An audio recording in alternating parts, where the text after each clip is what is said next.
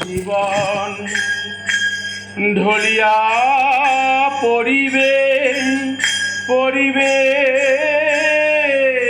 যখন ঢলিয়া পড়িবে যখন অমনি অঙ্গ অবসবে ঢলিয়া পড়িবে যখন অমনি অঙ্গ অবসবে আর হরি নাম বলিবি কবে ভাবিতে শুনিতে ওরে মন দিনে দিনে দিন ফুরাবে আর হরি নাম বলবি কবে। হ্যালো হ্যালো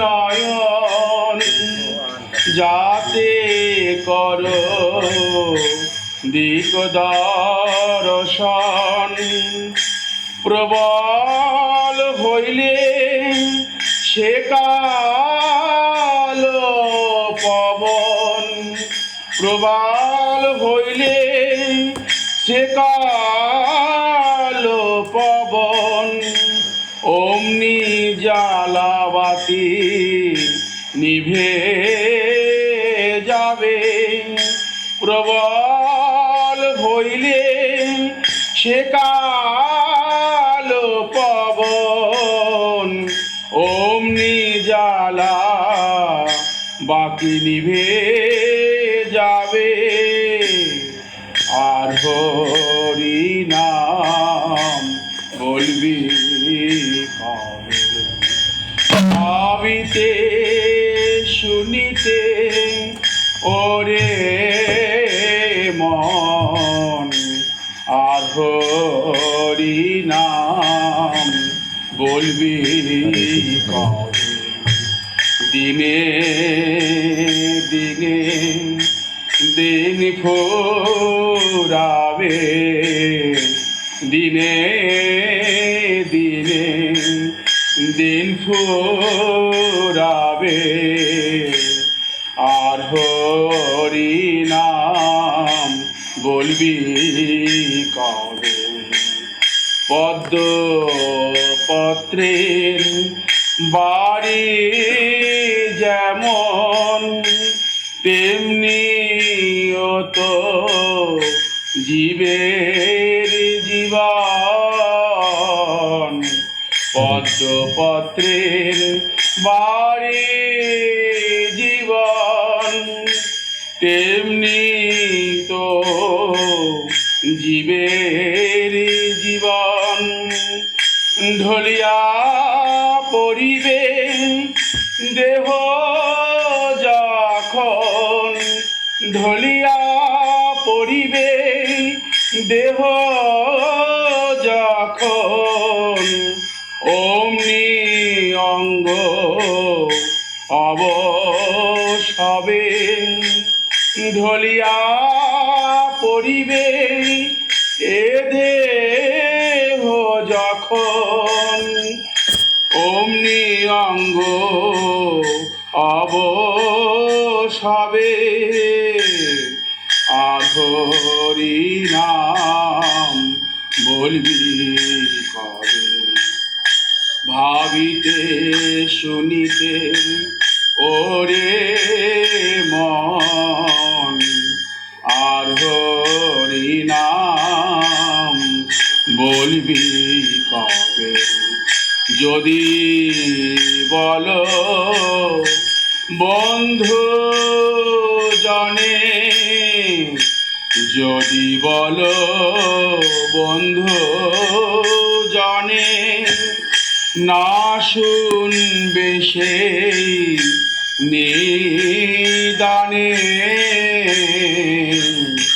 যদি বলো বন্ধু জনে, না শুনবে সেই নিদানে।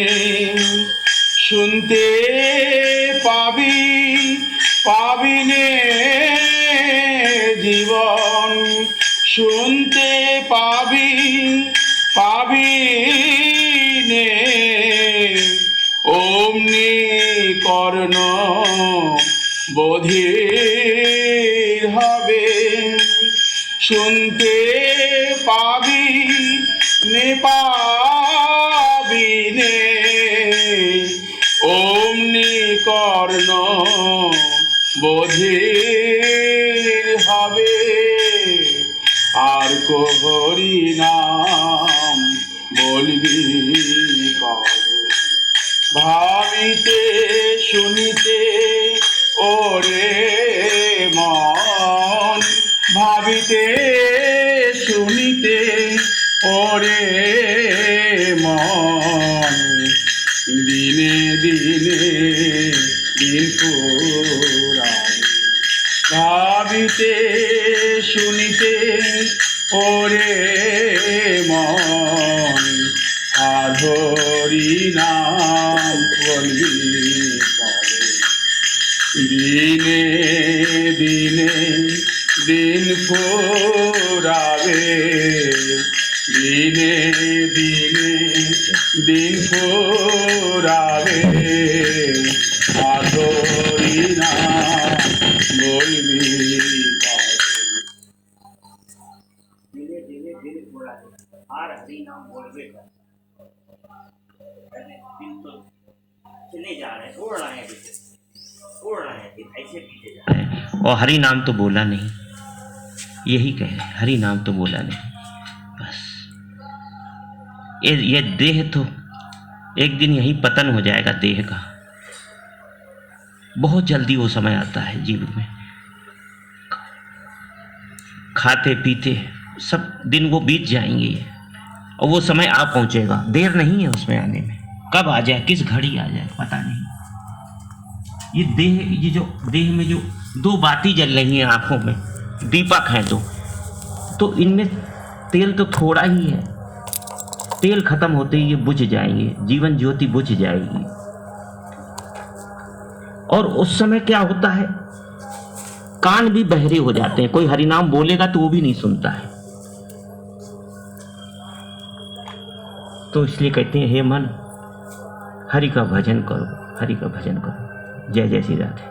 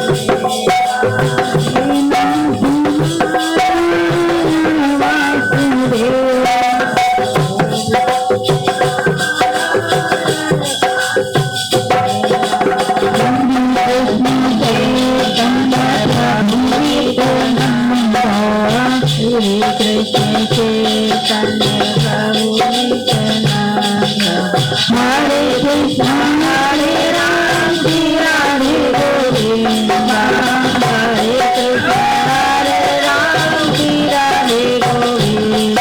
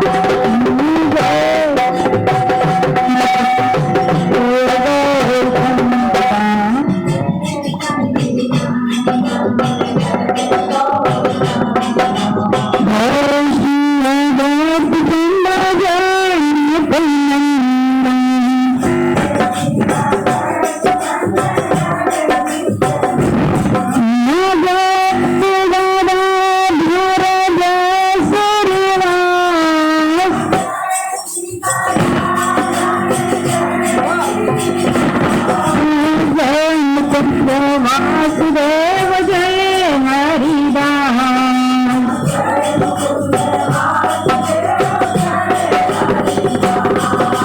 जय श्री दादा हरे जय Shri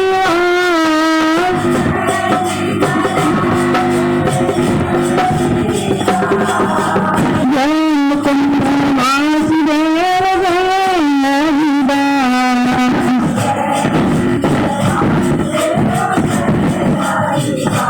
Hare Krishna, Krishna Krishna, Hare Hare, Hare Ram, Hare Ram, Ram Hare Hare.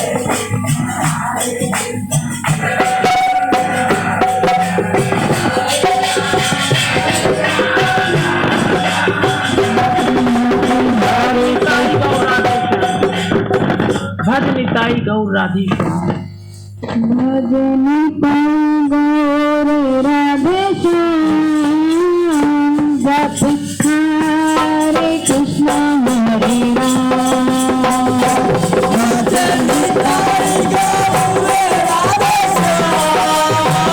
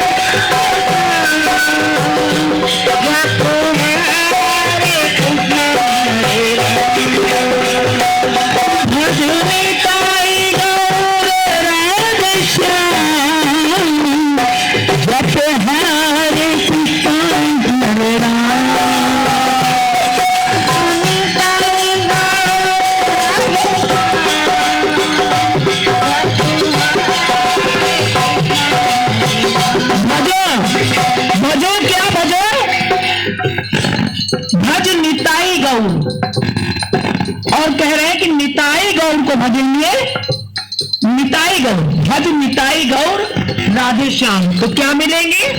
Gaurang, Radha Krishna मिलितम Shri Gaurang. जब निताई गौर को मिले भजेंगे तभी प्रेम सिंधु करुणावतार युगल श्री राधा कृष्ण मिलेंगे।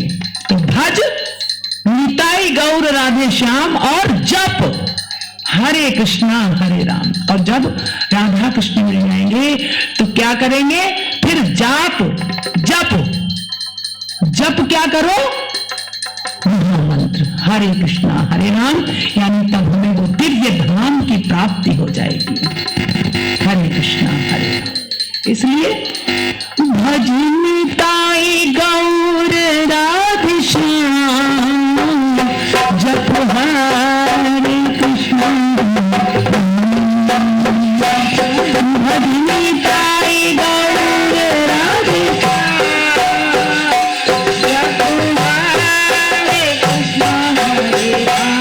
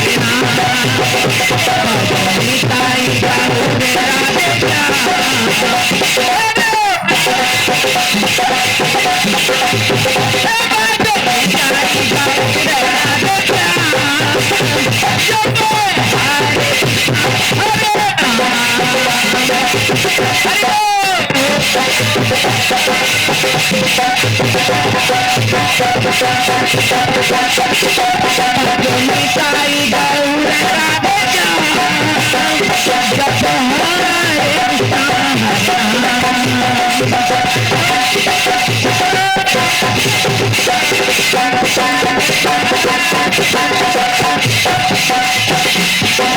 निताई गौर राधे श्याम, जप हरे कृष्ण हरे राम, भजो निताई गौर राधे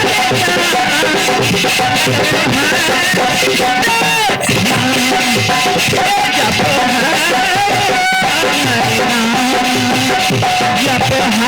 हरे कृष्ण हरे राम, जप हरे कृष्ण हरे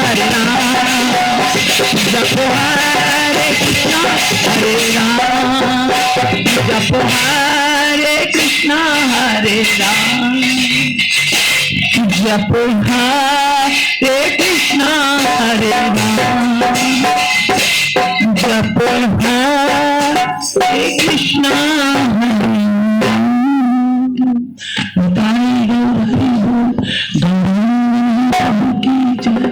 श्री कृष्ण चैतन्य प्रभु नित्यानंद, श्री अद्वैत गदाधर श्रीवासादि गौर भक्तवृंद की जय, गौर भक्तवृंद की जय, 88,000 ऋषियों की जय, नैमिष व्यास पीठाधीश्वर महाराज की जय, सतगुरुदेव भगवान की जय, अनंत अनंत कोटि गुरुजनों की जय हो, अनंत अनंत कोटि वैष्णव भक्तवृंद की जय, अनंत अनंत कोटि रसिक जनन की जय हो, श्री ब्रज भूमि की जय हो, ब्रज मंडल की जय हो, राधा रस रानी की जय हो, यमुना रस रानी की जय हो, राधा राशेश्वरी की जय हो, अष्ट सखी की जय हो, सहचरी मंडल की जय हो, हरि बोल, बाल कृष्ण भगवान की जय हो,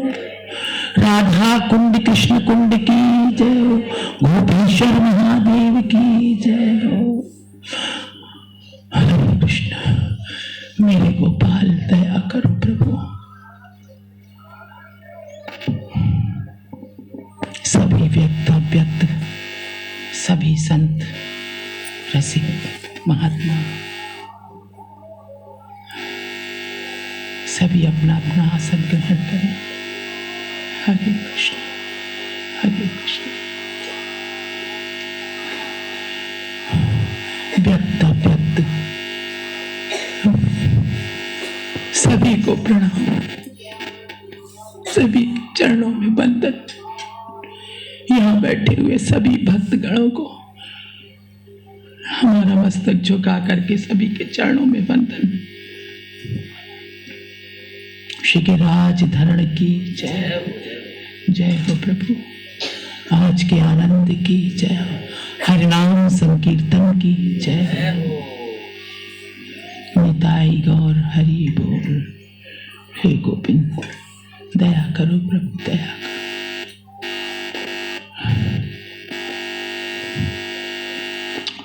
ये जीवन बहुत दुखमय है, बहुत दुखमय।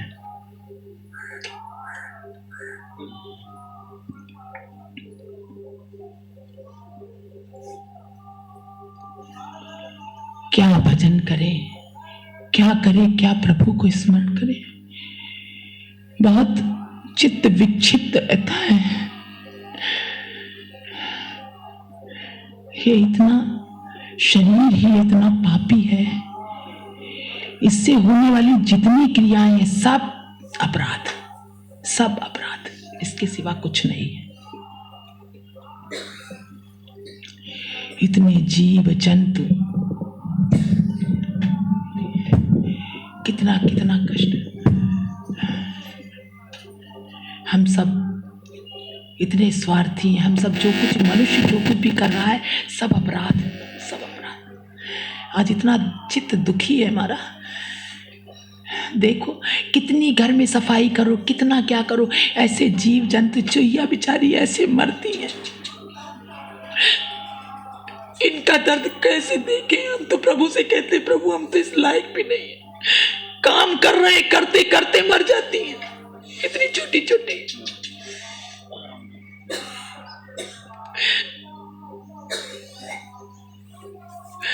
आंखों से देख करके सामने बहुत तकलीफ है प्रभु। ये शरीर ही व्यर्थ है अपना, ये शरीर ही व्यर्थ। हम मनुष्यों ने ही अपना ये इतना स्वार्थ का ये बेड़ा बना लिया है कि इसीलिए सोचते हैं हम कि वो कितने अच्छे हैं जो पेड़ के नीचे बैठ करके भजन कर रहे हैं। क्या कर सकते हैं हम लोग? बहुत भयानक स्थिति है, बहुत भयानक स्थिति है।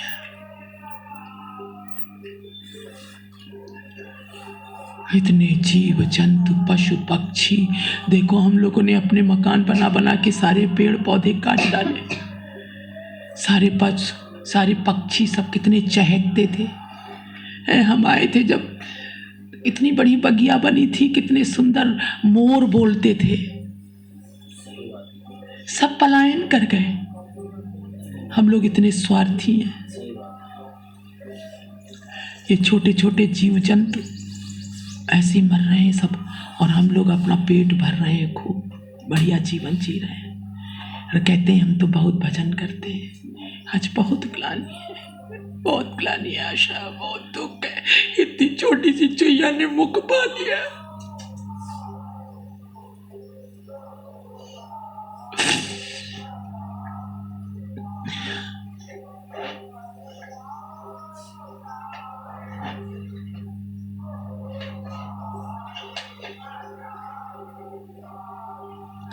हृदय में इतना दर्द, इतनी पीड़ा,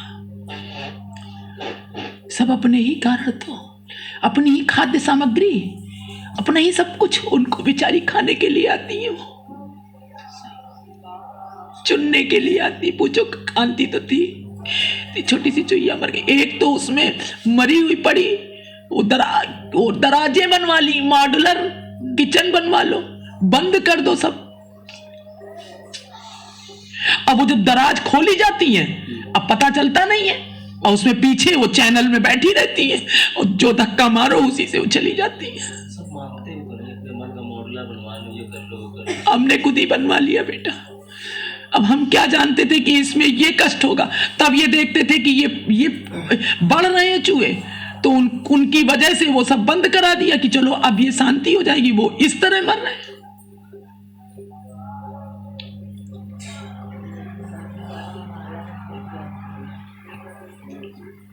तटीय स्थान में इसलिए कुछ बनवाया नहीं।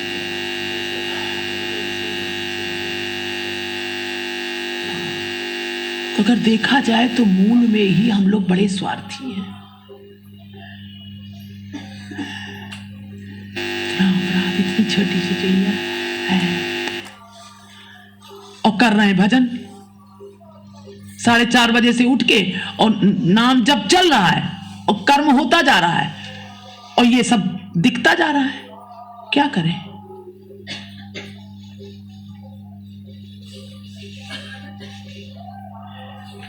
कह दिया प्रभु, हम क्या करें? हम बहुत असहाय हैं, बहुत पापी जीव हैं। बस जीव ही हम हत्या किया करते हैं, और कुछ नहीं हमारे पास। बस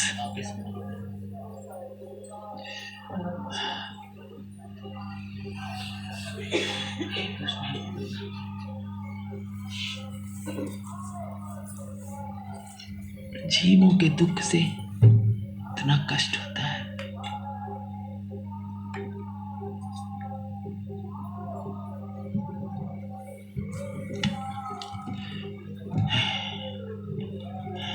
इसीलिए कहा गया है कि इतना तो ये शरीर अपराध वैसे भी कर रहा है, अपराधी है ये।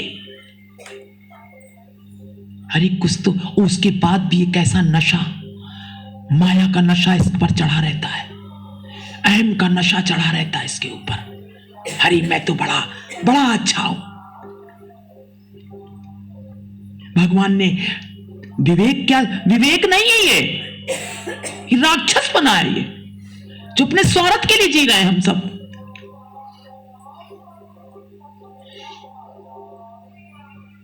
और मन में बैठे हैं ये सोच करके कि भगवत प्राप्ति हमारे जीवन का उद्देश्य है। अब हम तो बेटा ये सब कुछ नहीं जानते। हम तो ये जानते प्रभु, ये हमसे अपराध होता है जब जब कोई जीव को देखते इस तरह, तो आत्मा कलप जाती है बिल्कुल।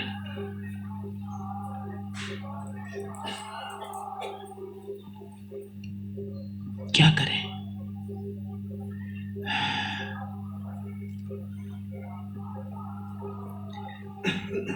एक तो रात दिन सतत जगना, 24 घंटे जगते, 24 घंटे सोते ही नहीं। पिताजी के पास 24 घंटे रात भर से जगते रहते, सारा दिन वहां, सारी रात, सारा दिन, सारी रात, सारा दिन ऐसे काम। यही जीवन चल रहा है। पता नहीं कैसे जगाते रहते प्रभु, सारी रात, पूरा दिन। अगर जरा सी थकावट जब आती, जब ऐसे ऐसे जरा से झपकी कहीं लगती है, तो ऐसा लगता है जैसे बहुत करीब हम 4-5 घंटे से सो गए, और देखते हैं तो कि अभी पल में झपकी लगी है। और उसमें भी नाम संकीर्तन, और बड़ी बड़ी भीड़, बड़ा उसमें भी बड़ी मेहनत, करो, उसमें भी पीड़ा।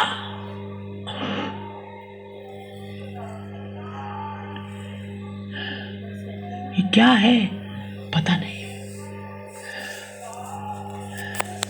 कैसे जीवन चल रहा है, कैसे। सच बता रहे बेटा, हम बता सकते कैसे चले आते हैं, कैसे वहां काम कर लेते हैं, कैसे यहां चले आते हैं, कैसे यहां काम कर लेते हैं, कैसे क्या होता कुछ पता ही नहीं। दिन रात का पता नहीं चलता।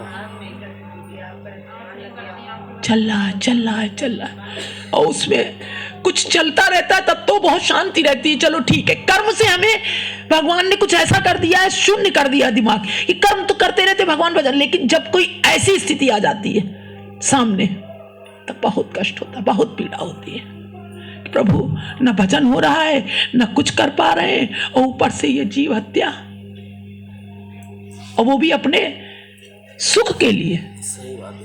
वही देखा कि सब हमारी तो खाद्य सामग्री है, हम अपना उधर भरने के लिए देखो इन जीवों की दशा। आपसे झूठ नहीं बोलेंगे, जब गोवर्धन परिक्रमा लगाते हैं तो कई बार झुंड चीटियां दिखाई देती, हाँ। समझ में नहीं आता पैर कहाँ रखे। अरे उस जगह जाओ जो गोविंद कुंड के आगे बढ़ो, और जब वो अंदर से तलैटी वाली जो लगाते हैं, हम तो हमेशा तलैटी वाली लगाते हैं, अब जो मार्ग ऊपर से कर दिया गया, उस जगह जहां जंगल जैसा, जहां वो ब्रजवासी सब स्त्रियां शौच के लिए जाती है, वो बीच से जब निकलते हैं, ओ चीटी, वहां पे आप पैर नहीं रख सकते। बड़ा डर लगता है। हाँ, लगा रहे हैं हम परिक्रमा। अनिरुद्ध बाबा ऐसे ही नहीं बोलते हैं। हाँ। अपराध होता है, वो बोलते हैं कि अपराध होता है हमसे, और मार रहे हैं इतने सारे, क्या करें? मतलब स्थान ही नहीं कहा। हाँ, या तो प्रभु एकदम ऐसा कर दो बेहोश, दिखे ही ना कुछ। हाँ, तो वो बात अलग हो जाती है। अब हाँ, है पैर हाँ, गोरा कुमार की तरह, और वो अपने बच्चे तक को रौंद दिया उन्होंने मट्टी में। वो स्थिति भी है नहीं, और वो दिख नहीं रहा, वो तो दिखते हैं सब। कितने बड़े अपराध हो जाते हैं दीदी, सही में। अपराध की छोड़ो, ये लगता है कितना कष्ट हुआ होगा इसको। सही बात, बिल्कुल। इस जीव को कितना कष्ट हुआ होगा। हम किस लिए परिक्रमा लगा रहे थे, लक्ष्य क्या था हमारा? लक्ष्य क्या था, और इसको कितना कष्ट हुआ होगा जब धक्का लगा होगा बेटा ड्रार का, हमारी धाच से हमारे कोई गोली मार दे, धड़ाक से, क्या होगा। लेकिन क्या है, वो चुहिया है। अभी यहां कोई एक मर जाता तो देखो कितने मनुष्य हाहाकार करने लगते, अरे क्या हुआ, कह लगे एक की गोली लग गई, किसी के हार्ट फेल हो गया, हम लोग कितने भीड़ लगा लेते हैं। सही बात दीदी, सत्य कह रहे हैं आप। और जीव तो वही है, और दर्द वही है।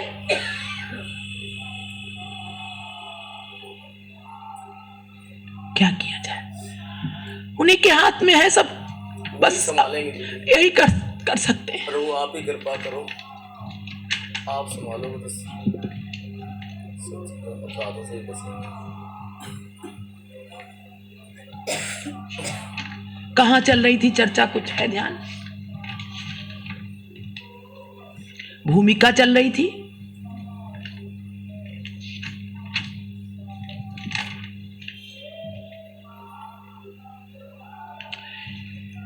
हाँ,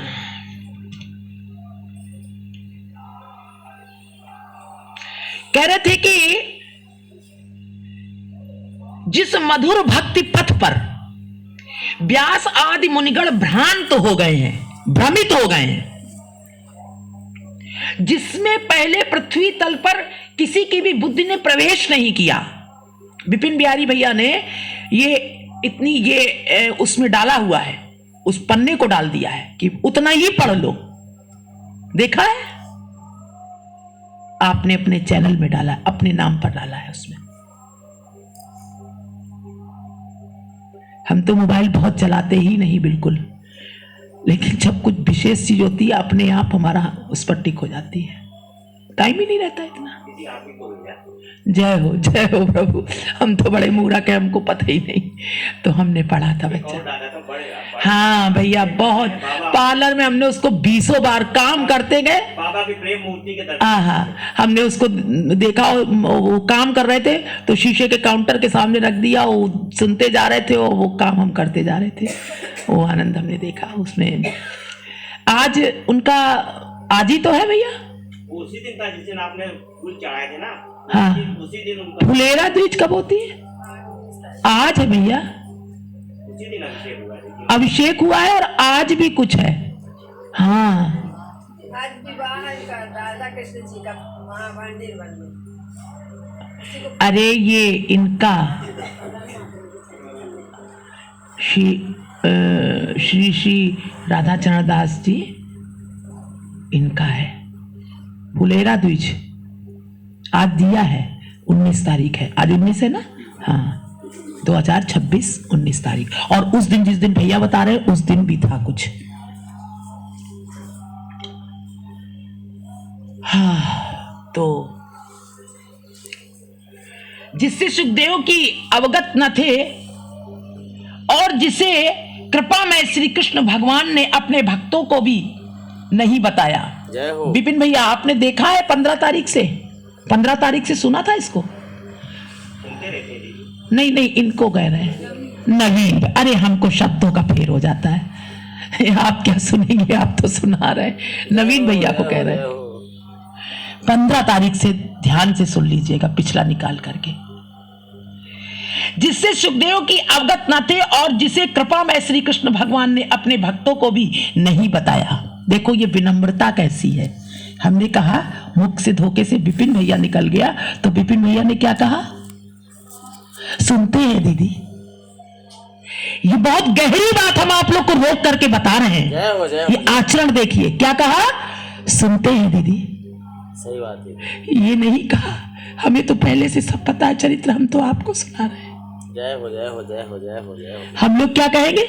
अरे हमें तो पता ही है, सही बात, यही कहेंगे ना? सही बात दीदी, सच बताना, सत्य बात है दीदी, सत्य सच बताना ईमानदारी से। सही बात है दीदी, बिल्कुल सही कह रहे हैं दीदी। ये क्या है हमारा? अहंकार। ये अहंकार है। अहम को पकड़ो, पकड़ा देंगे हम भी अहंकार कर रहे हैं, पकड़ो। हम लोग कहते ना हमारा अहंकार कहाँ है? अब गौरांग महाप्रभु पकड़ाएंगे अहंकार। जय हो जय। हमें भी बहुत रात भर तो नींद नहीं आई और सोचे दीदी पास जाएंगे, कहीं दीदी अब दीदी उत्कंठा की कैसे चरित्र शुरू। मैंने कहा जो शुरुआत की प्रार्थनाएं अभी आएंगी वो छोड़ दीजिएगा, अरे बाबा का जय हो जय हो जय हो। सुनने के लिए व्याकुल गए थे। ये यानी कि इसीलिए कहते हैं आत्मा सब एक है, हम सब एक है। आप देखिए इधर उत्कंठा हुई तो उधर पहुंचा दी उत्कंठा। जय हो जय हो। ये क्या है? प्रत्यक्ष दिखाई दे रहा है ना? क्या हमारी और भैया की कोई बात हुई थी क्या फोन पर? नहीं हुई। ये वो फोन है जो आप चाहें तो सबके पास है। ये जय हो। आज ये जो विज्ञान ने बनाया है हम लोग नहीं समझ पा रहे हैं। ये इतना सा ये टुकड़ा कान में लगा लेते हैं और देश विदेश से बात करते हैं। तो ये किसने बनाया है? भाई मनुष्य ने बनाया है, अपनी बुद्धि से बनाया है। और मनुष्य को किसने बनाया है? और वो वहां बैठा यहां बात कर रहा है। सत्य। जरा कल्पना कर लो, इसका मतलब है कि आत्मा की बात एक दूसरे की पहुंच जाएगी ना? बिल्कुल। ये अंदर का फोन है जो जिसको फोन शब्द आपने नाम दिया है, ये आत्मा की आवाज है। ये प्रेम का घनीभूत वो तत्व है जो पहुंच जाता है जब, और ये कब होगा? जब अंतर्मुखी होगे। जय हो। ये क्यों लुप्त हो गया जीवों का? क्योंकि हम बहिर्मुखी हो चुके हैं। हमारी जो वो चेतना, हमारी जो वो शक्ति है, अंतर्मुखी शक्ति भैया, वो क्षीण हो गई है बाह्य जगत के कारण, बहिर्मुखी हो गई है। शक्ति सबके पास है, कोई ऐसा व्यक्ति नहीं है, सब धनी है, आत्म तत्व सबके पास है और उतनी ही शक्तिशाली है, लेकिन सब माया में हम नहीं समझ पा रहे हैं। ये वो आत्मा की आवाज है, और ये तो आप लोगों ने अनुभूत करी होगी कि जब चिंतन और मनन, जब चिंतन और मनन, जब चिंतन और मनन करते हो ना, तो कहते हो अरे दीदी आपने वही बात कह दी जो हम पूछने जा रहे थे, या आज तो हमारे अंदर वही तड़प थी जो आपने कह दी। आपने कह दी नहीं, हम सोच रहे थे, नहीं, वो एक ही है, न तुम हो और न हम है, वही है। बहुत बड़ी कृपा। लेकिन ये कब हमें एहसास होगा, अनुभूति होगी, जब हम अंतर्मुखी होंगे। बहिर्जगत की तमाम जो इन वासनाओं में हम लोग, विषय वासनाओं में फंसे, इसी के कारण बेटा नष्ट हो रहा है, हमारी शक्ति नष्ट हो रही है। और सबसे बड़ी बात है कि मनुष्य जीवन में जब तक उद्देश्य नहीं है, मनुष्य उद्देश्य विहीन है, उसे कोई अनुभूति नहीं हो सकती। परमात्मा छू नहीं सकता, आध्यात्म छू नहीं सकता उसे। हमारा उद्देश्य होना चाहिए, मनुष्य का उद्देश्य होना चाहिए जीवन का। हमारे जीवन का उद्देश्य क्या है? भगवत प्राप्ति। जय हो। पशु का थोड़ी ना हो सकता, पशु तो उद्देश्य विहीन जीवन जी ही रहा है, जी रहा है ना। सही बात है। कुछ भी खा रहा है, कुछ भी पी रहा है, कुछ भी कहीं खड़ा हो रहा है, कुछ भी कहीं भोग रहा है, कहीं सो रहा है, कभी कुछ कर रहा है, किसी से कहीं भव कर रहा है। कुत्ते बिल्ली सुअर देखो सब बेचारे, इनकी गलती थोड़ी ना है। और अगर हम भी यही कर रहे हैं, हमारा भी कोई उद्देश्य नहीं है जीवन का, तो पशुवत जीवन है, वो मनुष्य नहीं है। भले ही हम लोग कह लें कि हम मनुष्य जैसे दिख रहे हैं, मनुष्य है, नहीं, हम मनुष्य नहीं है, हम पशु हैं। तो उद्देश्य विहीन जीवन जीने वाला मनुष्य कौन है? पशु है। पशु के समान भी मत कहो, पशु है, ये दशा है। और जब उद्देश्य होगा तो अवश्य हमको जब उद्देश्य होगा हमारा भगवत प्राप्ति, हमारा उद्देश्य हम वृंदावन जाएं, तो उसके कारण फिर कार्य शुरू कर देती हो ना। अभी यहां कह दिया जाए बेटा कल सुबह चल, आज रात में चलना है वृंदावन, तो सब क्या करोगे? तुरंत जुट जाओगे उसी में, सारे काम छोड़ दोगे, क्योंकि तुम्हारा उद्देश्य अब रात की ट्रेन से निकलना। इसी तरह से इस जगत में हम सब तैयारी नहीं कर रहे हैं। क्यों नहीं कर रहे? क्योंकि उद्देश्य विहीन है, जीवन है। और जब उद्देश्य होगा तभी हम अंतर्मुखी हो पाएंगे। इन विषयों के आवेशों में अभी फंसे हैं, कारण ये है। और देखो, आनंद की वर्षा करो, देखो हृदय में उद्देश्य बनाओ, और करोड़ों जन्मों के बाद ये मनुष्य जीवन मिला है बेटा, बहुत बड़ी बात है। और फिर सत्संग मिला है, और फिर सत्संग भी ऐसा प्रभु ने प्रकट किया, महाजनों ने प्रकट कर दिया, अपने आप प्रकट प्रदान किया गया बेटा उन लोगों को। हम तो कहते हैं हम सब के बराबर तो बड़भागी कोई होगा नहीं इस पृथ्वी पर। प्रभु ने इतनी बड़ी कृपा करी है। भले तुम संख्या में 10, 20, 50 हो, करोड़ों की तादाद में नहीं दिखाई दे रहे हो, लेकिन ये बहुत बड़ी कृपा है। सही बात दीदी, बहुत बड़ी कृपा है। और वो करोड़ भी हो जाओगे एक दिन। जय हो। करोड़ कैसे? तुम अपनी चिंतन से, अपनी भावनाओं से, जय हो, अपने भाव से,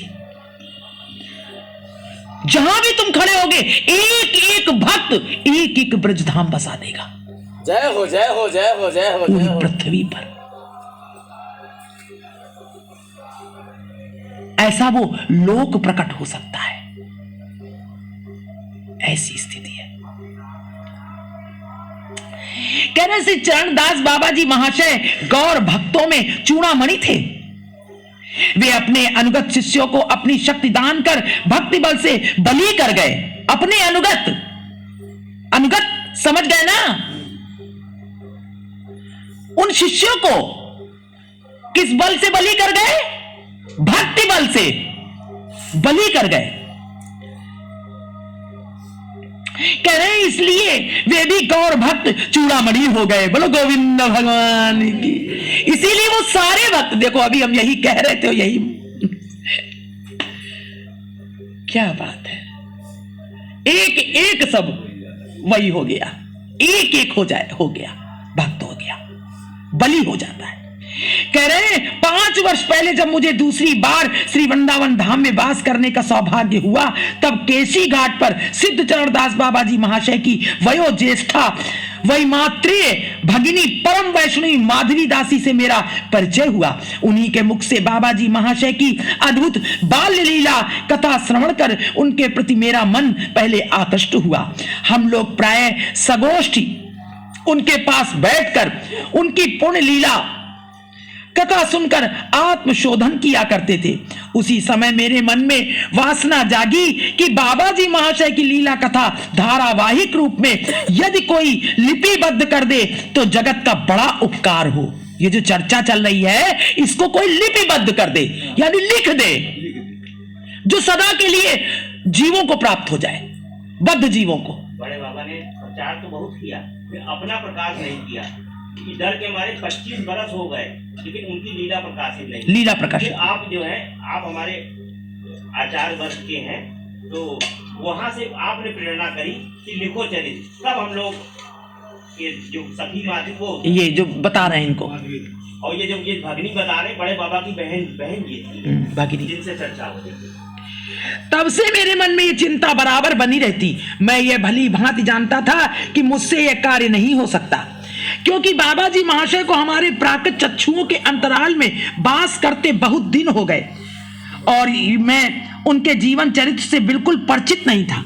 इस कार्य के लिए किसके पास जाऊं और किससे कहूं, ये चिंता मेरे मन में प्रबल हो उठी। कुछ दिन बाद गत वर्ष के अग्रहायण मास में मैं छुट्टी लेकर अपने घर नवदीप धाम गया हुआ था।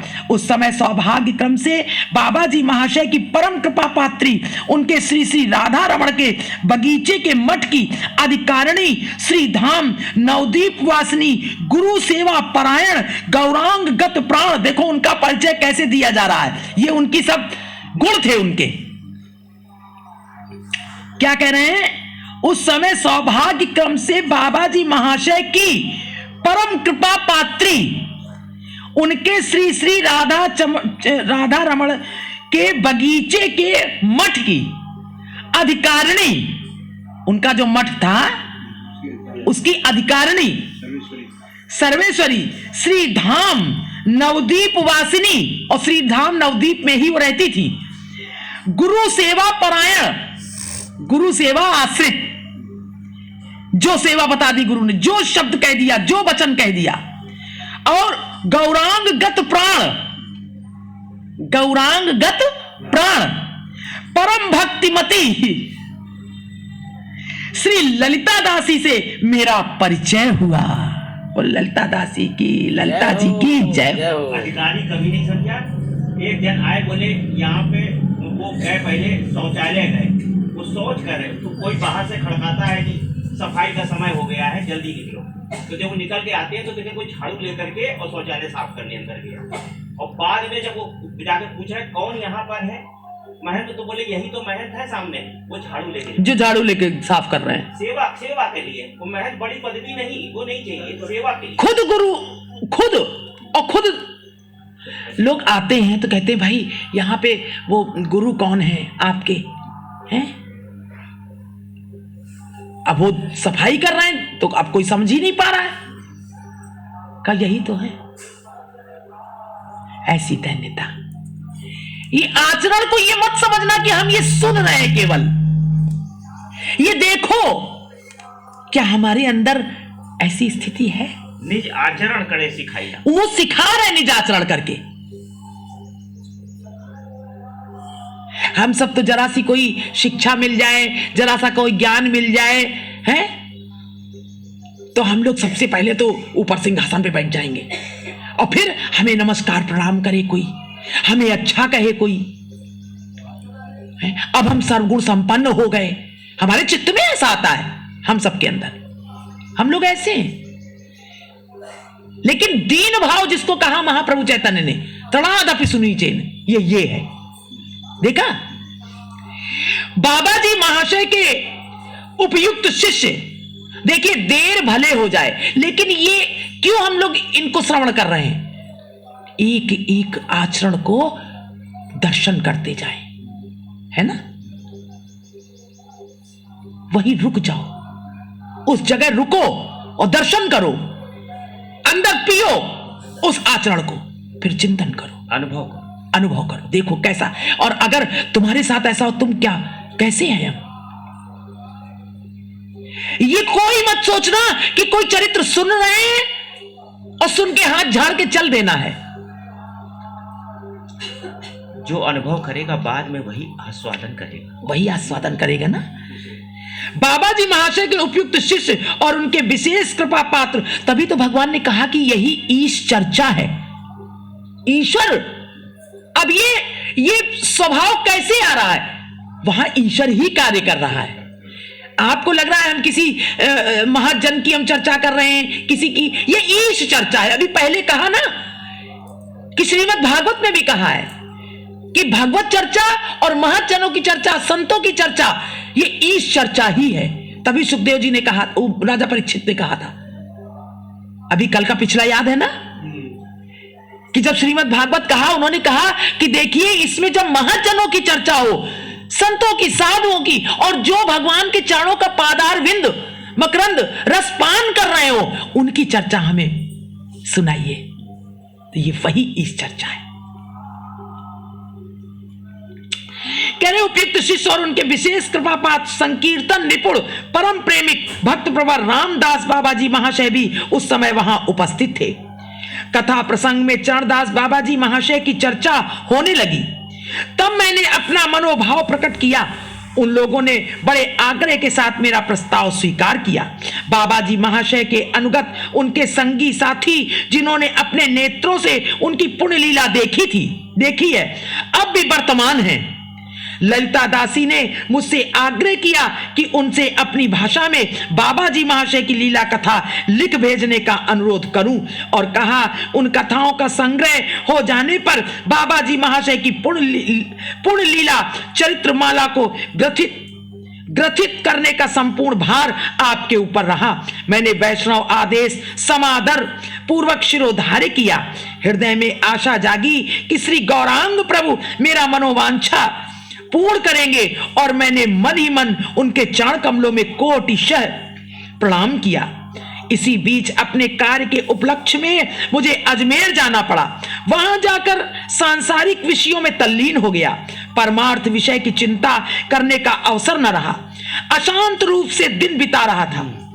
उसी समय ललिता दासी द्वारा प्रेरित सिद्ध चरणदास बाबा जी महाशय के जीवन चरित्र संबंधी एक एक कर 3 हस्तलिपियां डाक द्वारा मुझे मिली। मैंने जहां तहां उनकी भाषा को अपनी रुचि के अनुसार सुधार कर उन्हें एक एक कर लौटा दिया। इस पुण्य चरित्र ग्रंथ के प्रणयन में प्रधान उद्योगी परम गुरु भक्त परायण श्री ललिता दासी के पत्र से ज्ञात हुआ कि वे उनके गुरु भाई भक्त प्रवर रामदास बाबा जी महाशय और चरणदास बाबा जी महाशय के अनुगत अन्यान्य भक्त मेरे संशोधन को बहुत मनोअनुकूल जानकर अति संतुष्ट हैं। यह जानकर मैंने अपने को बहुत सौभाग्यशाली समझा।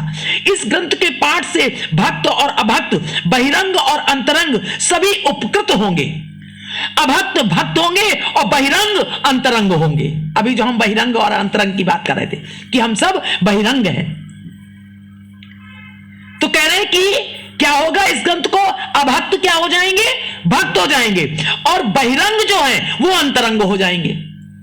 ग्रंथ का प्रथम खंड ही अभी प्रकाशित हुआ है। मैं पहले लिख चुका हूं कि बाबा जी महाशय का पूर्ण चरित्र बहुत रहस्यपूर्ण है। अगले खंडों में इस भक्ति रहस्य का क्रमशः उद्घाटन होगा।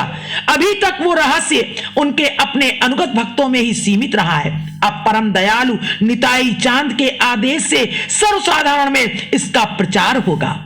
श्री नित्यानंद प्रभु ने बाबा जी महाशय को अपनी शक्ति प्रदान की थी। इस अलौकिक नित्यानंद शक्ति के बल से ही वे पूर्ण रूप से युग धर्म, नाम और प्रेम का प्रचार करने में समर्थ हुए। भज निताई गौर राधे श्याम, जप हरे कृष्णा हरे राम। इस मधुर नाम कीर्तन की रचना चरणदास बाबा जी महाशय ने की थी और उन्होंने ही इसका प्रचार किया था।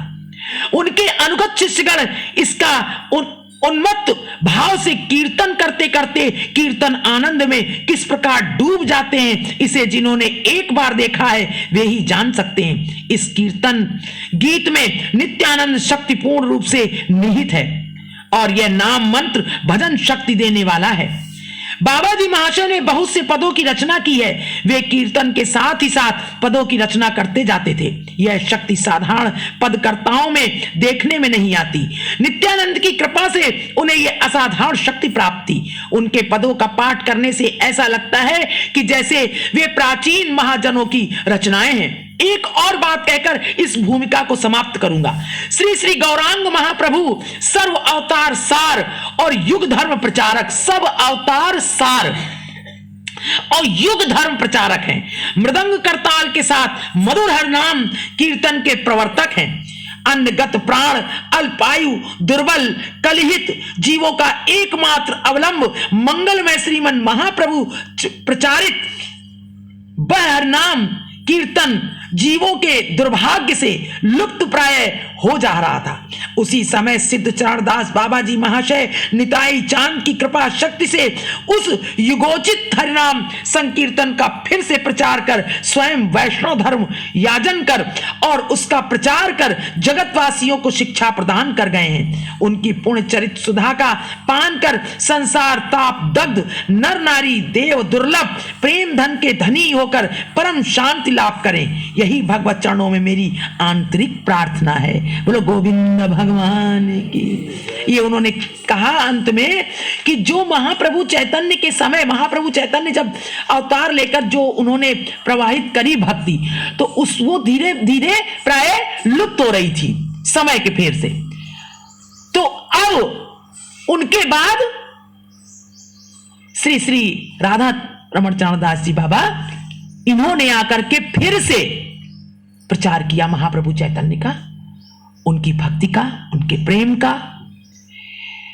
तो कह रहे जशोहर जिले के नाइल परगने में चित्रा नदी के पश्चिमी तीर पर महिष खोला नामक एक गांव है। उसकी प्राकृतिक शोभा देखकर लगता है कि मानो लक्ष्मी देवी स्वयं मूर्तिमती हो विराजमान है। अनेक जातियों के लोग वहां रहते हैं, पर दक्षिण राड़ी कुलीन कायस्तों की बस्ती अधिक है। कायस्थ वहां पर बहुत हैं। उनमें घोष वंश के लोग प्राय प्रतिष्ठित जमींदार हैं। कायस्तों में घोष और बोस ये भी लिखते हैं हम लोग के में, जैसे हम लोग श्रीवास्तव लिखते हैं, कायस्थ लिखते हैं, वैसे घोष जो बंगाल में है घोष और बोस, जैसे सुभाष चंद्र बोस ये भी कायस्थ थे। राड़ी कुलीन कायस्तों की बस्ती अधिक है। उनमें घोष वंश के लोग प्राय प्रतिष्ठित जमींदार हैं। ग्रामवासी सभी उन्हें बाबू कहकर पुकारते हैं। बाबू कहते ना, पहले बाबू कहते थे, लाला बाबू, वृंदावन में भी वो लाला बाबू जो, तो बाबू कहकर पुकारते हैं और उनके अनुगत हैं। शरद एवं वसंत ऋतु में गांव की शोभा और भी रमणीक हो जाती है।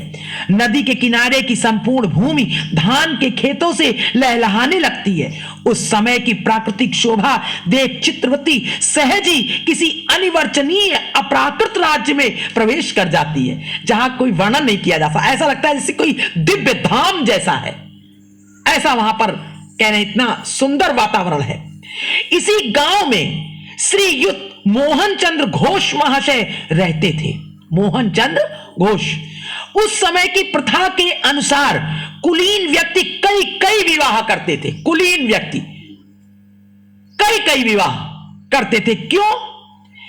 केवल अर्थ लाभ अथवा भोग की कामना से ही ऐसा किया जाता रहा हो सो नहीं, भोग और काम की वासना से नहीं, कारण था उसका। दूसरों की कुल रक्षा के निमित्त भी कुलीन घरों के लोग ऐसा किया करते थे। दूसरे के कुल की रक्षा हो, क्यों हो? बाबू मोहन चंद्र घोष महाशय को भी इसी कारण एक एक कर 4 विवाह करने पड़े। पहली बार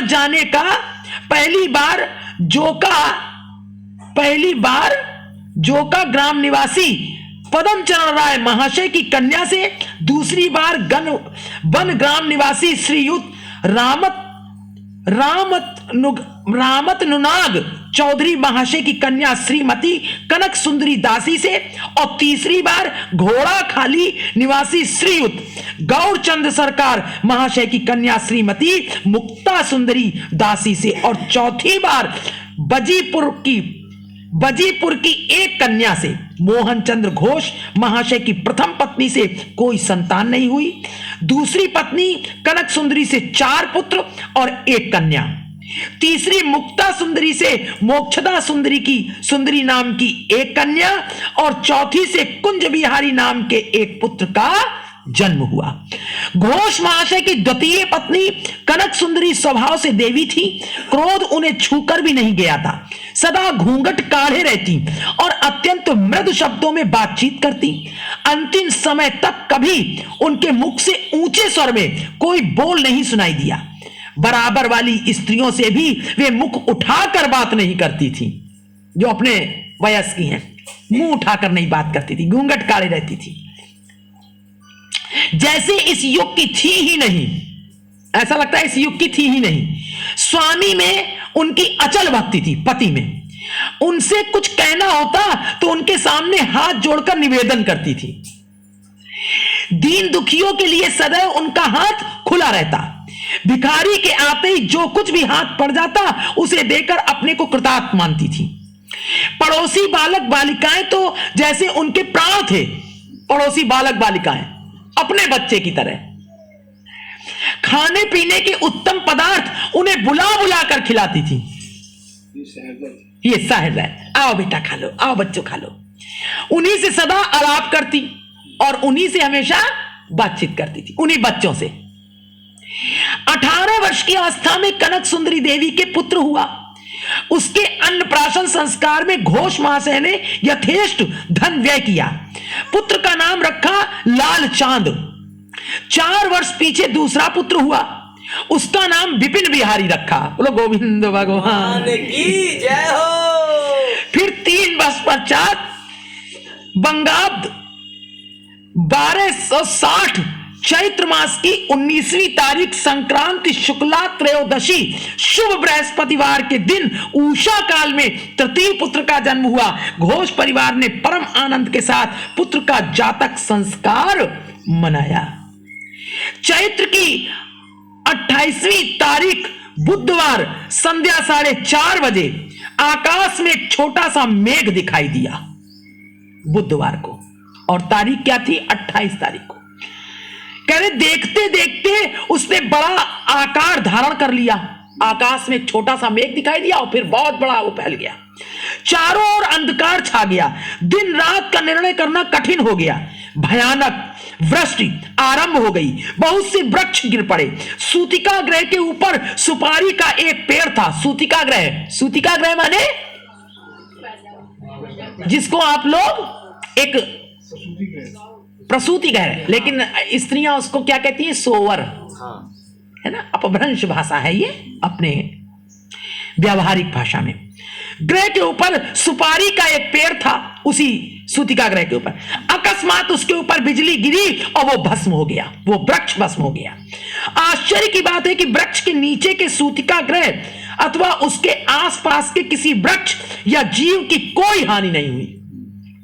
दूसरे दिन प्रातः वज्रपात की बात सुन बहुत से ग्रामवासी वहां गए। जब देखा कि बिजली गिरी तो वहां बहुत सब दौड़ नहीं पड़ते ऐसी जगह। देखा कि उसी वृक्ष के नीचे वाले सूतिका ग्रह में मोहन बाबू के एक सुंदर पुत्र ने जन्म लिया है। यह देख सब अवाक रह गए और आपस में कहने लगे, ये बालक निश्चय ही कोई महापुरुष है, क्योंकि बहुत दिनों से इस देश में वृष्टि नहीं हुई थी। लोग जल के अभाव से बड़ा कष्ट पा रहे थे। कृषक लोग कृषि कर्म बंद कर हाहा कर रहे थे। बालक ने जन्म लेने से पहले ही जगत को शीतल कर दिया है। जय हो। पहले से ही शीतल कर दिया। आज भी बारिश हुई है। हाँ, रात में हुई है दीदी, रात में भी हुई है, सुबह भी हुई है। और देखो कैसे आश्चर्य की बात है कि वज्रपात से सुपारी का पेड़ भस्म हो गया, पर सूतिका ग्रह का कोई अनिष्ट नहीं हुआ। यह केवल ईश्वर की कृपा है। जान पड़ता है कि इस वृक्ष पर किसी उपदेवता का अधिष्ठान था। अधिष्ठान माने रक्षा कर रहे थे, स्थान था उनका। इंद्र देव ने उसका विनाश कर बालक का मंगल किया। वो जो आपदा थी उसका विनाश किया और बालक का मंगल किया। ईश्वर करे बालक चिरंजीवी हो। धीरे धीरे बहुत से लोग इकट्ठे हो गए। उषा काल में जन्म होने के कारण कोई कहता था कि पुत्र का जन्म रात्रि में हुआ और कोई कहता था पहले दिन वज्रपात के समय हुआ। पहले दिन वज्रपात के समय हुआ। बालक ने भूमिष्ठ ही मात्र स्तनपान नहीं किया। धात्र माता बालक के मुख में मात्र स्तन देने की चेष्टा कर हार गई। स्तन स्पर्श होते ही वो चीख मार कर रोने लगा। जब पुत्र होता है तो माता से कहा जाता ना, इसको दुग्ध पान कराओ, तो स्तन जब पान कराने लगी तो दहाड़ मार करके रोने लगे। 2 दिन तक उसके पेट में कुछ पहुंचा ही नहीं। सब लोग बहुत चिंतित हुए। तीसरे दिन थोड़ा सा गाय का दूध गर्म कर बड़ी कठिनाई से उसके मुख में डाला गया। इसी प्रकार 6 दिन निकल गए। 6 दिन तक बालक ने कुछ पाया ही नहीं। कितने ही ओझा और वैद्यों ने नवजात शिशु की इस व्याध से प्रतिकार की चेष्टा की, पर कुछ ना हुआ। अब उस समय यही सब होता था, झाड़ा फूकी। अब तो सीधे नर्सिंग होम जाते हैं, भागते हैं, है ना। तो बालक के जीवन की आशा जाती रही। अब सबने सोचा अब ये बालक बचेगा नहीं। 7वें दिन गांव के ही एक हरि भक्त, भगवान के कोई भक्त थे, श्री युक्त रजनीकांत भट्टाचार्य महाशय आए और बोले, मेरा विश्वास है कि यह बालक परम भक्त है। बोलो गोविंद भगवान की जय। हरि की पूजा कर, उन्होंने क्या किया, हरि की पूजा कर उनका प्रसाद मुख में देने से निश्चय ही मात्र स्तनपान करेगा। हरि की पूजा करेंगे और जब इसको चरणामृत देंगे तो ये अवश्य स्तनपान करेगा। मां का कितना विश्वास देखिए। मोहन बाबू और अन्य सभी लोगों ने ब्राह्मण के वाक्यों में विश्वास कर श्री हरि पूजा का आयोजन किया। भट्टाचार्य महाशय ने भक्ति पूर्वक दयामय भगवान श्री हरि की दयामय भगवान, परम दयालु। भक्त हमेशा भगवान को जानते हैं कि बहुत दयालु है। दयामय भगवान श्री हरि की पूजा कर प्रसाद और चरणामृत बालक के मुख में दिया और चरणामृत मात्र स्तन में लगवा दिया। मुख में भी दिया और स्तन में भी लगवा दिया। बालक ने प्रसाद और चरणामृत ग्रहण कर लिया। तब भाग्यवती जननी ने जैसे ही पुत्र को गोद में ले स्तन मुख में दिया, उसने परम आनंद पूर्वक स्तनपान कर आत्मीय जनों को सुखी किया। यह ग्रह गणना और नामकरण कैसे? श्री युक्त मोहन बाबू ने ग्रहाचार्य द्वारा पुत्र की जन्म कुंडली बनवाई। अब कुंडली बनवाई जाती ना, ग्रह आचार्य, ग्रह में जो आचार्य, अपने घर के जो आचार्य होते हैं ना, सबके अपने अपने होते हैं। सुनीता, रात में जाप चलता है क्या तुम्हारा? फिर निद्रा में ऐसी सोई सोई क्यों रहती, खोई खोई है? अच्छा चलो कोई बात नहीं, चलो कोई बात नहीं। हमारी भी बहुत पीड़ा हो रही है, सर में भी दर्द है। हाँ, लेकिन जब ले आते तो दर्द तुम्हारा क्यों नहीं जाता है? दर्द का वो दर्द क्यों रहता है, ये हम खोजना चाहते हैं। जय हो। हमारे भी निद्रा आई नहीं बिल्कुल, और पता है 4:45 बजे से काम कर रहे हैं, वहां भी यहां भी। पता है जब भगवत भजन होता है ना सुनीता, तो ये पीड़ा उतनी देर होश नहीं रहता है। ये तुमने भी महसूस किया है ना? नहीं रहता है। एक दिन नागा ना कर लेना, जय हो। ये तुम्हारी बीमारी को हम कूट कूट के भगा देंगे।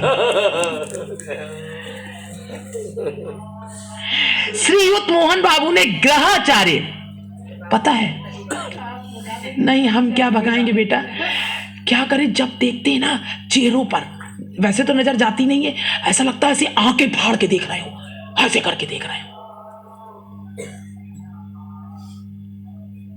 ऐसा लगता है। ग्रहाचार्य द्वारा पुत्र की जन्म कुंडली बनवाई। प्रथम पुत्र लालाचंद और मध्यम पुत्र विपिन बिहारी की जन्म कुंडली बनाकर ग्रहाचार्य को संतोष नहीं हुआ था, क्योंकि उन दोनों की आयु कम थी। इस बार कुंडली बनाकर आचार्य ठाकुर को अपूर्व संतोष हुआ। वे मोहन बाबू से बोले, आपका उन दो की जो बनाई थी उनका संतोष नहीं हो, उनकी आयु कम थी, समझे, यानी उनका जीवन ज्यादा नहीं था, कुंडली में वो ज्यादा बचेंगे नहीं। हाँ, लेकिन इनकी जब बनाई, इस बार कुंडली बनाकर आचार्य ठाकुर को अपूर्व संतोष हुआ। वे मोहन बाबू से बोले, आपका यह पुत्र बड़ा विद्वान, दानी और भक्त होगा, इससे आपका वंश उज्जवल होगा। आप इसे साधारण बालक न जाने, लग्न में बृहस्पति का अधिष्ठान होने से यह निश्चय ही पंडित और वक्ता होगा।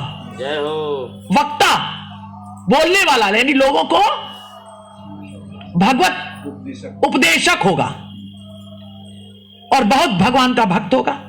7वें मास में बालक का अन्नप्राशन और नामकरण संस्कार हुआ। देशाचार के अनुसार अन्न प्राशन के समय एक थाल में कुछ मिठाई, कई खिलौने, एक चंडी यानी श्री दुर्गा सप्तशती और एक स्वर्ण मुद्रा बालक की प्रवृत्ति परीक्षा के लिए उसके सामने रखे गए। आप लोग ये करते हैं संस्कार अन्नप्राशन में? है, हमारे यहां होता है। जब अन्नप्राशन होता है वहां पर सारे ये रख दिए जाते हैं, सामान सब रख दिया जाता है, धर्म ग्रंथ भी रखे जाते हैं, और जैसे वो रखा जाता है कुछ पढ़ाई लिखाई के लिए कलम, पुस्तकें, भगवान के पुस्तकें, शास्त्र, सब कुछ रखा जाता है, हर तरह के, मतलब जीवन में हमारे जो जो कुछ मनुष्य के जीवन में सब कुछ होता है सब। और फिर वो बालक अपने आप खाता है, वो 7 वर्ष का बालक, तब समझ जाते हैं ज्ञानी लोग कि अब ये यही करेगा, इसके जीवन में यही है, ये संस्कार होता है, इसकी बात कर रहे हैं। तो उन्होंने सब कुछ रखा, खिलौने रखे, मिठाई, कई खिलौने, एक चंडी यानी श्री दुर्गा सप्तशती और एक स्वर्ण मुद्रा बालक की प्रवृत्ति परीक्षा के लिए उसके सामने रखे गए। बालक ने हंसते हंसते चंडी को बाएं हाथ से उठाकर छाती से लगा लिया, जो सप्तशती रखी थी उसको उठा लिया और छाती से, ऐसे बालक 7 वर्ष का बालक है, ऐसे उठा लेते ना बच्चे, छाती से लगा लिया। और फिर मिष्ठान उठाया, मिठाई जो रखी हुई थी उठाकर उपस्थित महिलाओं को, जो पास में, अब संस्कार हो रहा है तो आती है ना महिलाएं, आप लोग बुलावा लगाते हो ना, तो वो महिलाएं बैठी हुई थी तो उनको वो मिठाई उठा करके उन महिलाओं को देने लगा। जय हो। महिलाएं कहने लगी, ये बालक परम भक्त और दाता शिरोमणि होगा, ये दे रहा है, दाताओं में शिरोमणि माने देने में, और मुक्त हस्त लोगों को अन्नदान देगा, मुक्त हस्त से जो भी इसके पास आएगा वो देगा। बालक का नाम रखा गया रायचरण। 2 वर्ष पीछे मोहन बाबू के और एक और पुत्र का जन्म हुआ, जिसका नाम रखा गया राखाल दास। उसके भी 2 वर्ष पीछे बसंत कुमारी नाम की एक कन्या का जन्म हुआ। हमारे नाना ने हमारे मामा का किया था तो सब रखा गया, नाना मामा ने हमारे क्या उठाया, हथौड़ा, और उनकी सर्विस लगी कहां, रेलवे में, लोको में लगी उनकी, और वो फिटर थे, इलेक्ट्रिक उसके फिटर थे वो। यही किया मामा हमारे। पिता और भाता का स्वर्गवास। रायचरण जब 5 वर्ष के थे, उनके पिता मोहन बाबू आत्मीय जनों को शोक सागर में निमग्न कर परलोक सिधार गए। हाँ, 5 वर्ष की उसमें, उस समय उनके बड़े पुत्र की आयु केवल 12 वर्ष की थी।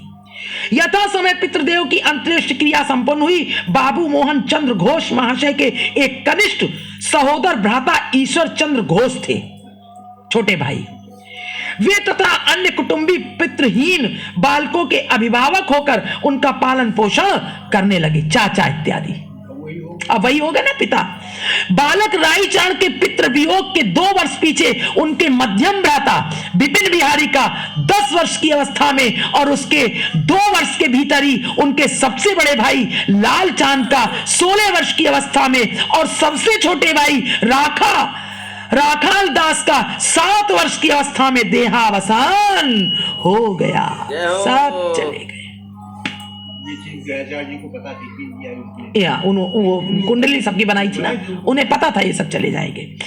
पतिहीना एवं पुत्र शोकार्ता, आर्त माने दुखी, पुत्र के शोक से दुखी, और पुत्रहीना, पुत्र भी नहीं, पतिहीना, पति भी नहीं और पुत्र भी नहीं। पतिहीना एवं पुत्र शोकार्ता देवी कनक सुंदरी का अपार स्नेह संपूर्ण रूप से राईचरण पर केंद्रित हो गया। अब एक पुत्र राईचरण, सारा जो दिमाग था राईचरण में रहने लगा। कोमल हृदया देवी कनक सुंदरी की नयन पुतली रूप 2 ही संतान रह गई। 9 वर्ष के बालक राईचरण और 5 वर्ष की बालिका बसंत कुमारी। वे एक मुहूर्त को भी राईचरण को आंखों से ओझल न कर सकती। राईचरण यदि कहीं चले जाते तो पागल की तरह इधर उधर देखा करती थी। बोलो गोविंद भगवान की। टाइम क्या हुआ? 10:30 मिनट। 10:30 मिनट। आज यही विराम लेते हैं क्योंकि कल छात्रावस्था, कल उनकी छात्र अवस्था है और ये बड़ा है। तो आज यहीं तक आनंद लिया।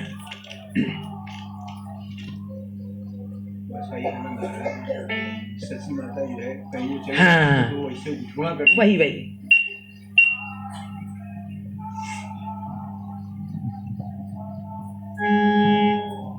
एक भजन।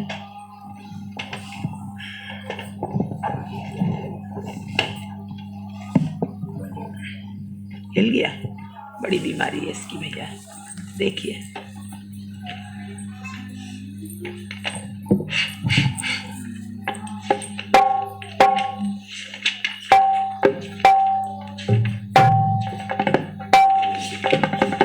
भोली गोपी को आगे बुला लो। है?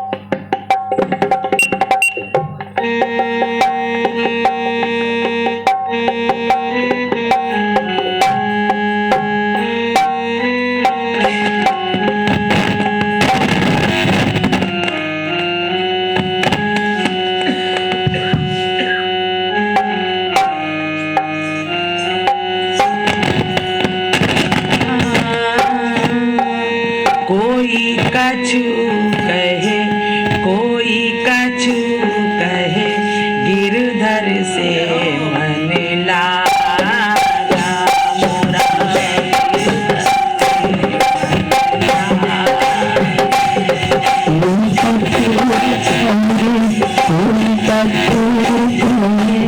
अरे कोई कछु कहे कोई कछु कहे गिरधर से मन लागा गिरधर से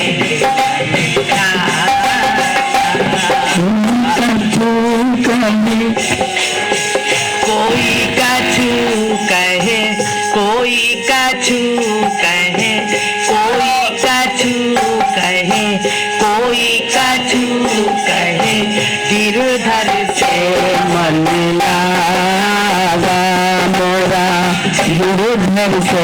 मन लागा, मोरा गिरधर से मन लागा। कोई कछु कहे, कोई कछु कहे, कोई कछु मोरा गिरधर से मन लागा, मोरा गिरधर से मन लागा।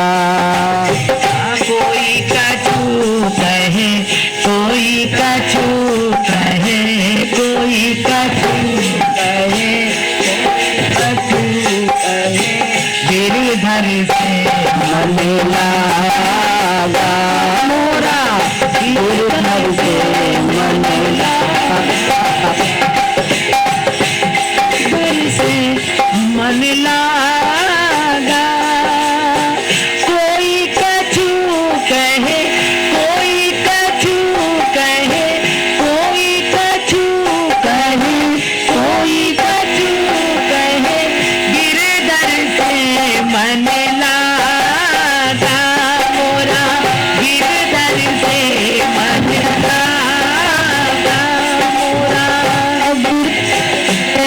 मन लागा, मोरा गिरधर से मन लागा, मोरा गिरधर से मन लागा। कोई कछु कहे, कोई कछु कहे, कोई कछु कहे, कोई कछु कहे, गिरधर से मन लागा, मोरा गिरधर से मन लागा, मोरा गिरधर से मन लागा, गिरधर से मन लागा, मोरा गिरधर से मन लागा, मोरा गिरधर से मन लागा,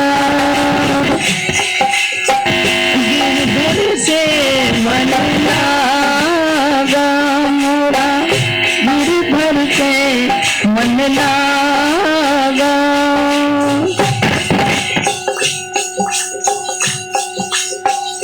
ऐसी प्रीत, ऐसी ऐसी प्रीत बड़ी मनमोहन, ऐसी प्रीत बड़ी मनमोहन,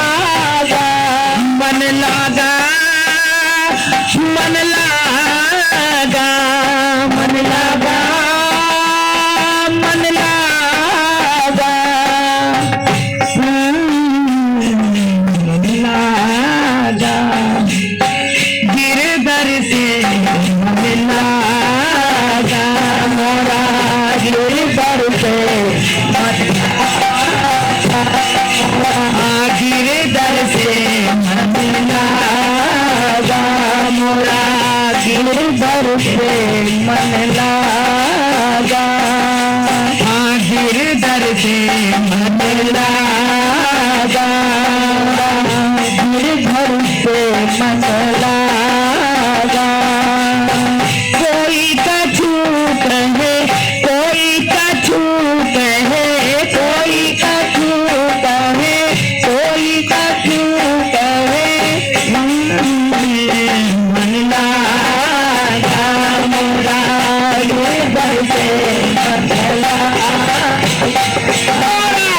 गिरधर से मन लागा, गिरधर से मन लागा, गिरधर से मन लागा मोरा गिरधर से मन लागा। जन्म जन्मों का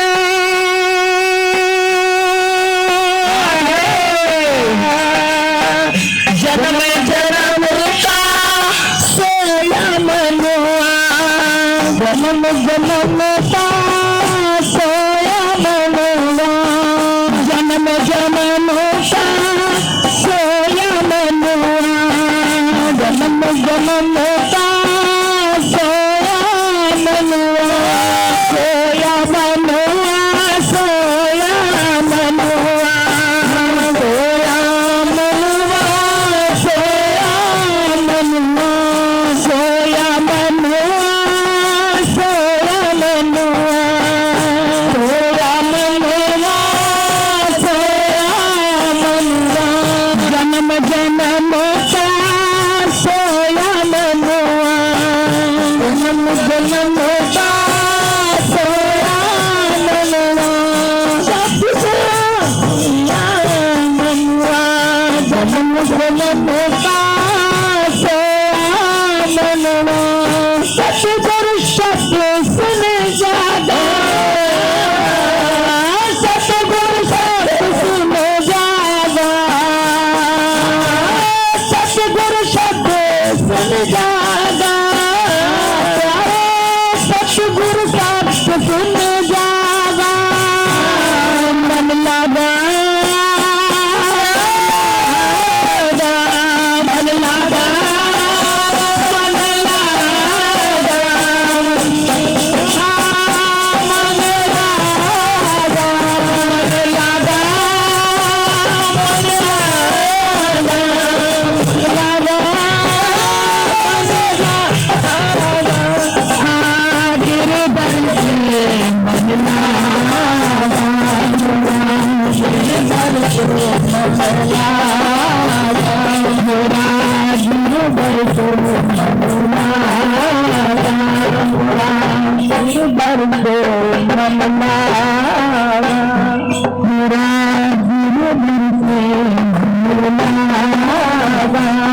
मीराबाई कह रही जन्म जन्म का सोया मनवा, सतगुरु शब्द सुन जागा।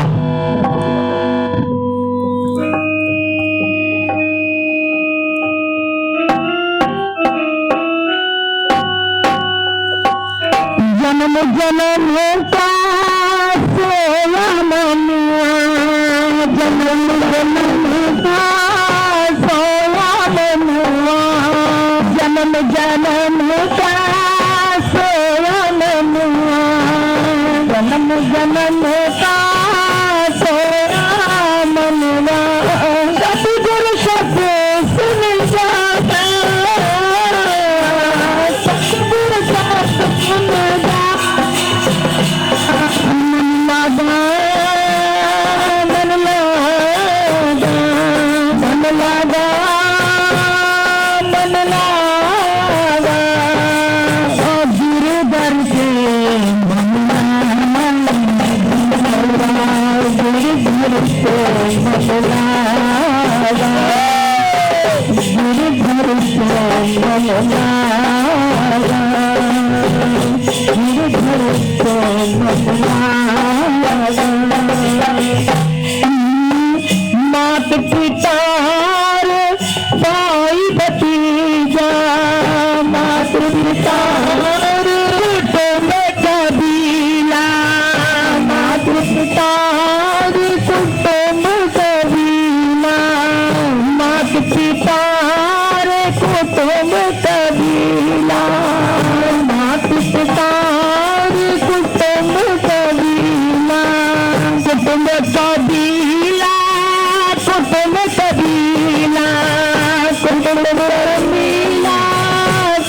कबीला, कुटुंब कबीला, कुटुंब कबीला,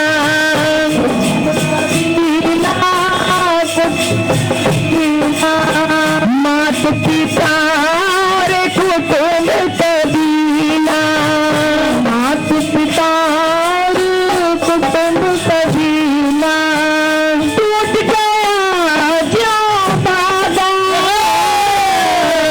टूट गया, टूट गया जो धागा, टूट गया जो धागा, मन लागा, मन लागा, मन लागा, मन लागा, मन लागा, मन लागा, मन लागा,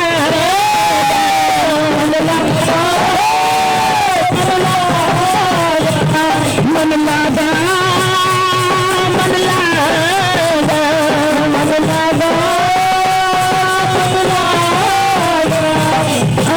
टूट गया जो धागा, टूट गया जो धागा, टूट गया जो धागा, टूट गया जो धागा, मन लगा, मन लगा, मन लगा, मन लगा। अरे भाई भतीजा कुटुंब कबीला, कबीला वाले क्या है? जो हमने बहुत सारा इधर खड़े होकर बात करना, इधर करना, इधर करना, बहुत बड़ा कबीला बना लिया अपना। टूट गया जीव धागा, कैसे? सतगुरु शब्द सुन जागा और जन्म जन्म का सेवा हुआ। ये सारा जो संबंध था टूट गया, धागा जैसे चट से टूट जाता है। शायद मन का जो आसक्ति थी सब टूट गई।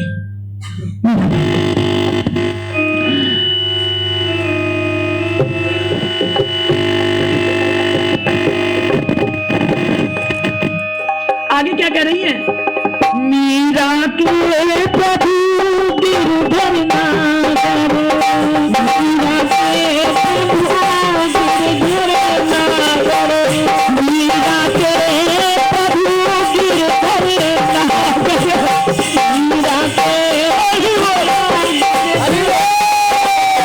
मीरा के मीरा के प्रभु गिरधर नागर, मीरा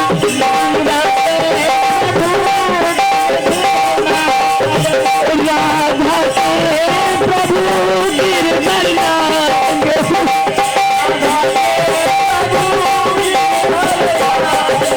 अरे दासी के प्रभु गिरधर नागर, दासी के प्रभु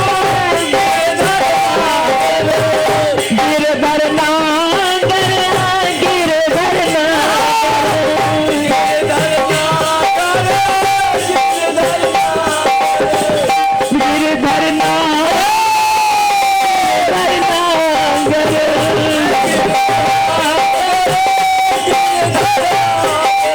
हरिदासी के प्रभु गिरधर नागर, दासी के प्रभु गिरधर नागर, हम सबके प्रभु गिरधर नागर, हम सबके प्रभु गिरधर नागर, हम सबके प्रभु गिरधर नागर, हम सबके भाग हमारा जागा, भाग हमारा जागा, भाग हमारा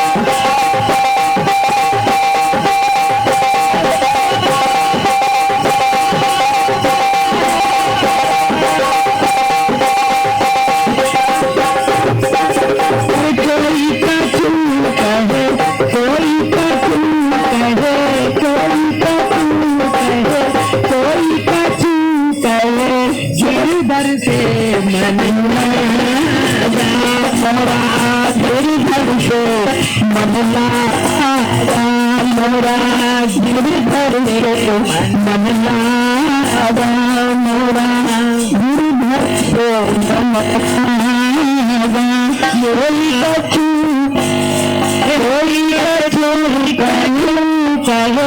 कोई कछु कहे कोई कछु कहे गिरधर से मन लागा मोरा गिरधर से मन लागा गिरधर से मन लागा मोरा गिरधर से मन लागा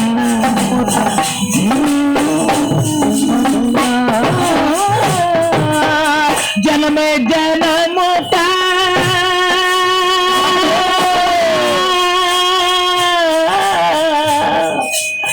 जन्म जन्म का सोया मनुआ जन्म जन्म का सोया मनुआ जन्म जन्म का सोया मनुआ जन्म जन्म का सोया मनुआ हे गोपाल गोपाल गोपाल हे गोपाल गोपाल हे गोपाल हे गोपाल हे गोपाल हे गोपाल हे गोपाल जन्म जन्म का जन्म जन्म का जन्म जन्म का सोया मनुआ जन्म जन्म का सोया मनुआ सतगुरु सत्य सुन जाना सतगुरु सत्य सुन जाना सतगुरु सत्य सुन जाना सतगुरु सत्य सुन जाना मन लगा मन लगा मन लगा मन लगा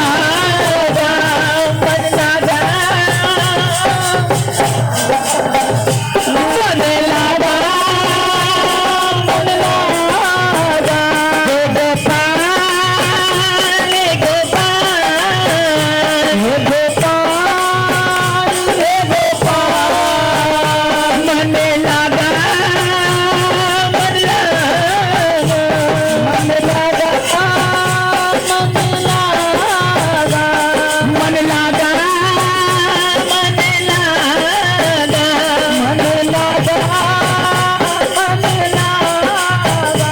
मन लगा मन लगा